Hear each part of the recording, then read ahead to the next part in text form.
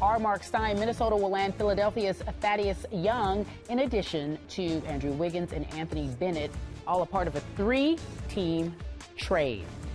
So when it's all said and done, Stephen A., we're projecting, we're looking into the future. How will we look back at this trade? Well, I think that depends on how good Andrew Wiggins ends up being. I think that if the Timberwolves end up getting Thaddeus Young, he's a really, really good player. He's not a star, but he's a better than solid player, incredibly athletic, runs the floor, gives a lot of energy, high character guy. I think you look at Andrew Wiggins, the jury is still out. Because, again, if you believe that Andrew Wiggins has the potential to be a star like I do eventually, then you know what?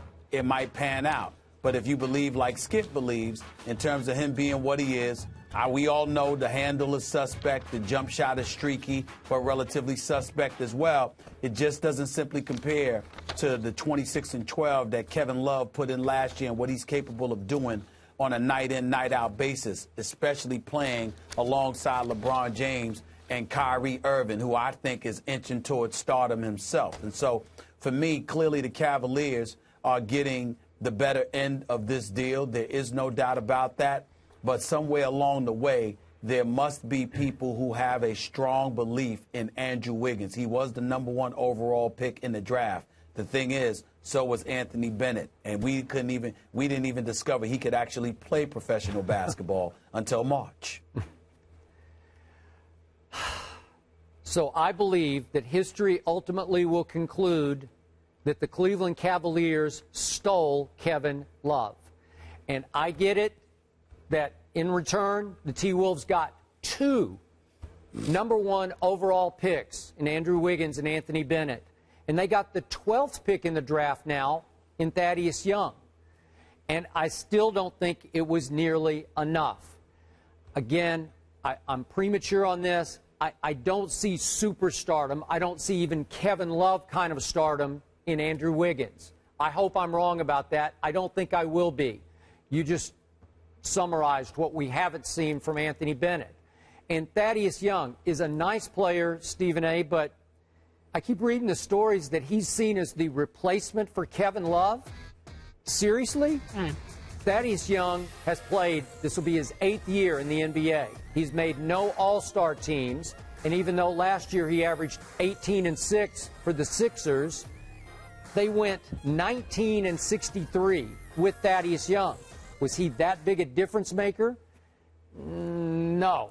So I'm sorry, I don't see enough, and I still don't understand why the Timberwolves didn't hold out longer, even though Kevin Love backed them into a corner and said, I will only sign with Cleveland. Well, you can say, uh-oh, all the leverage then goes to Cleveland. But the T-Wolves could say, well, you want him? You're going to have to wait on him. We want more. You could hold on to him all the way to the trade deadline, onto Kevin Love. You could say we have to have Kyrie back for him. And you could play chicken with him. I don't know. You could maybe hold out and get a better overall deal than you got, because you need star power for star power, and I just don't think they got proven star power in return. I still contend with you that they should have made the deal to ship Love to Golden State before all of this went down with LeBron in Cleveland. They really should have done that. Okay, so they didn't. And once Kevin Love made his proclamation, I will only sign with the Cavaliers, then you can't blame Golden State for taking the deal off the table, because they don't want to rent Kevin Love and have to throw in, what was it, Klay Thompson on top of the rest of the players they were going to have to give, David Lee and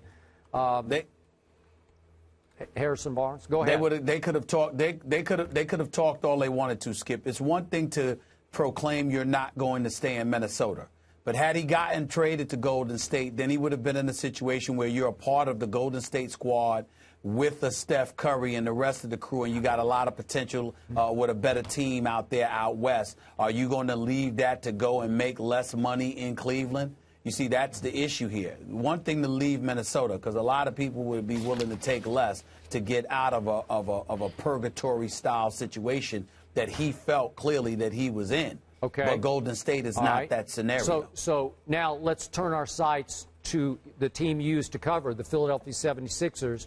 What the heck are they doing? Because, again, Listen, I love Nerlens Noel. Let me just say, coming off his knee reconstruction, and I'm told it's going very well. He looked good in the summer league.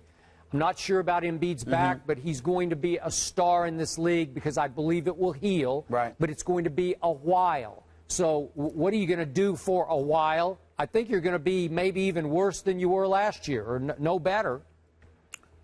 I'm not going to go that far. They were 19-63 last year. They went 2 months without winning a game. Went from January 31st to March 29th without winning a single game. They lost 26 straight. They were beyond god-awful. So the reality is that there's nowhere to go for the Sixers but up. What I will say is that the combination of Michael Carter-Williams with Nerlens Noel, with Joel Embiid, assuming that he comes back at some point this upcoming season, I think that they've got a young nucleus in place that people could potentially get excited for because they have size, athleticism, and youth. But it's going to be a long time before they learn how to win, meaning a couple of years or so. But at least we don't anticipate that they'll tank this season the way they clearly tanked last season. The only knock that I would give against Philadelphia is that they're one of the top 5 markets in the country with an incredible basketball tradition. And they had cap space. I have no idea why the Philadelphia 76ers don't go about the business of trying to ingratiate themselves with some of these marquee players to say that Philadelphia should be a marquee destination for people moving forward, considering the cap space that they had. They really need to think big time instead of thinking like second-class citizens, to be quite honest with you. Okay, and last quick point, of the Popovich assistants that became head coaches, you've got Brett Brown in Philadelphia, who I thought was the more entertaining and personable of the 2 assistants that got head jobs. And maybe he's in the right place to be personable because you have to sell something. But Budenholzer is the better basketball coach, which is why Atlanta is going to be a dark horse next year. And a